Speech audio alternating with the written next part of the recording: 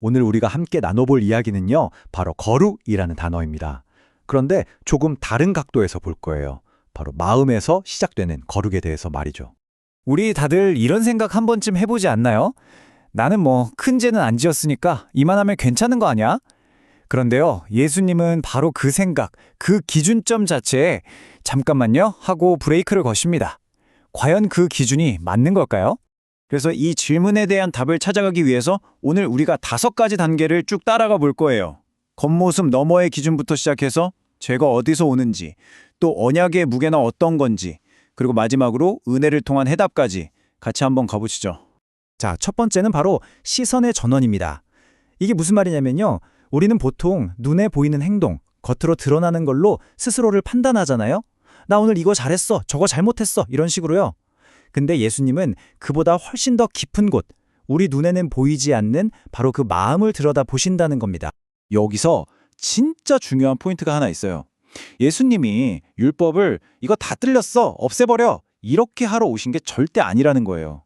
오히려 그 율법이 원래 가지고 있던 진짜 의미, 그 깊고 본질적인 목적을 우리한테 활짝 열어서 보여주러 오셨다는 거죠.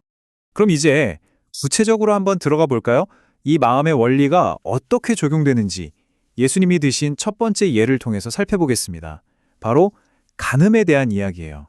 자, 이 화면 한번 보세요. 이게 정말 굉장히 충격적인 변화를 보여주거든요.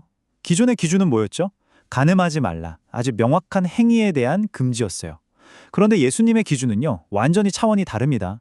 음욕을 품고 여자를 보는 자마다 마음에 이미 간음했다. 아니, 행동도 아니고 생각만으로도 이미 죄가 성립된다고 선언하시는 거예요. 기준이 얼마나 깊어졌는지 느껴지시죠? 바로 이 지점, 이게 핵심입니다. 예수님은 죄의 결과물인 행동을 보시는 게 아니라 그 죄가 시작되는 뿌리를 딱 짚어내시는 거죠. 죄라는 건요, 사실 행동으로 옮겨지기 훨씬 전에 이미 우리의 시선, 통제되지 않는 욕망, 바로 그 마음 속에서부터 시작된다는 겁니다. 그래서 예수님이 정말 처음 들으면 귀를 의심할 정도로 과격한 말씀을 하시는 거예요. 내 오른 눈이 너를 실족하게 하면 차라리 그걸 빼서 던져버려라. 와, 진짜 섬뜩하게 들리죠? 근데 잠깐만요. 예수님이 진짜로 우리 보고 막 눈을 파내고 그러라는 말씀이실까요? 아, 당연히 아니죠. 이렇게까지 충격적인 비유를 쓰신 데에는 그만큼 정말 강력하게 전달하고 싶은 메시지가 있었기 때문입니다. 바로 이겁니다. 죄에 대해서는 이 정도로 단호하고 타협 없는 태도를 가져야 한다는 거예요. 우리 삶에서 죄를 도려내는 일은요, 마치 의사가 암세포를 제거하듯이 아주 과감해야 한다는 거죠. 잠깐의 쾌락 때문에 영원한 생명을 놓치는 어리석은 짓은 하지 말라는 아주 강력한 경고인 셈입니다. 자, 그럼 이제 두 번째 예로 넘어가 볼게요. 이번에는 이 마음의 원리가 우리의 약속, 관계, 특히 이혼이라는 문제에 어떻게 적용되는지 한번 살펴보겠습니다. 그 당시 사회를 보면요, 이혼 증서라는 게 있었는데 이게 사실상 남편이 자기 마음대로 아내를 내쫓는 아주 편리한 수단으로 악용되고 있었어요.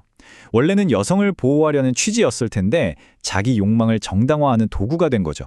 하지만 예수님은 그 종이 쪼가리가 문제가 아니야 라고 하십니다. 진짜 문제는 바로 사람의 그 완고하고 이기적인 마음이라고 핵심을 정확히 꿰뚫어 보시는 거예요. 그리고 이 지점에서 결혼에 대한 예수님의 관점이 명확하게 드러납니다. 결혼은 그냥 사람들끼리 우리 이제부터 같이 살자 하고 사인하는 그런 단순한 계약이 아니라는 거예요. 이건 하나님 앞에서 맺는 신성하고 거룩한 언약이다. 그 무게감이 완전히 다른 거죠. 그리고 이 언약의 무게라는 건 비단 결혼에만 해당되는 얘기는 아닐 겁니다. 이걸 우리의 모든 관계로 한번 넓혀서 생각해 볼 수 있어요. 나는 과연 헌신과 책임보다는 당장의 편리함, 내 기분, 내 만족을 더 우선하고 있지는 않은가 하고 말이죠. 자, 이제 마지막 세 번째 예시로 가보겠습니다. 여기서는 우리의 마음이 우리의 말과 얼마나 직접적으로 연결되어 있는지를 보여줍니다. 그때 사람들은 자기 말을 믿어주질 않으니까 습관적으로 맹세를 했어요. 하늘을 두고 맹세하고 땅을 두고 맹세하고 뭔가 대단한 걸 걸어야 자기 말이 진짜처럼 들린다고 생각했던 거죠.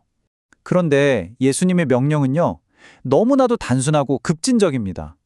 그냥 예할 건 예라고 하고 아니요 할 건 아니요라고 해라. 그게 다다. 왜 이렇게 말씀하셨을까요? 진짜 진실한 사람은요, 굳이 자기 말을 화려하게 포장할 필요가 없기 때문입니다. 그 사람의 마음에 정직하고 진실로 가득 차 있으면 그의 말 한마디 한마디에 힘이 실리고 결국 그의 삶 전체가 그 말이 진짜라는 증거가 되기 때문이죠. 결국 이 문제도 다시 마음으로 돌아오게 됩니다.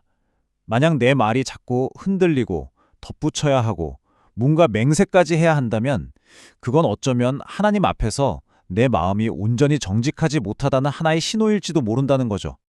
자, 여기까지 듣고 나니까 어떠세요? 아마 마음에 좀 큰 부담감이 느껴지실 수도 있어요. 와, 이 기준을 어떻게 다 지켜? 싶죠? 이제 마지막 파트에서는요, 이 문제에 대한 유일한 길, 유일한 해답을 살펴보려고 합니다. 솔직히 이런 생각 들지 않으세요? 행동도 아니고 마음까지 거룩해야 한다고? 아니, 도대체 누가, 세상에 어떤 사람이 이 기준을 만족시킬 수 있단 말인가? 이건 거의 불가능한 미션처럼 느껴집니다. 그런데요, 정말 놀랍게도 바로 이 불가능함 때문에 복음이 왜 그렇게 좋은 소식, 굿 뉴스인지를 깨닫게 됩니다. 예수님은 우리를 좌절시키려고 이렇게 높은 기준을 주신 게 아니거든요. 복음이 제시하는 해답은 아주 명쾌하게 세 단계로 나타납니다. 첫째, 바로 십자가입니다. 우리가 도저히 해결할 수 없는 이 마음의 죄, 그 무거운 짐을 예수님이 대신 짊어지셨다는 거예요. 둘째는 성령입니다. 그 낡아빠진 마음을 버리고 우리 안에 완전히 새로운 마음을 창조해 주신다는 약속이죠. 그리고 마지막 세 번째가 바로 이 두 가지 선물에 대한 우리의 응답입니다. 매일 이 은혜를 붙들고 다시 시작하는 것, 넘어져도 괜찮으니까 다시 일어서는 것, 바로 이게 우리의 몫입니다. 그러니까요, 오늘 이야기의 가장 중요한 결론은 바로 이겁니다. 거룩이라는 건 내가 막 노력해서 쌓아 올리는 트로피 같은 게 아니에요.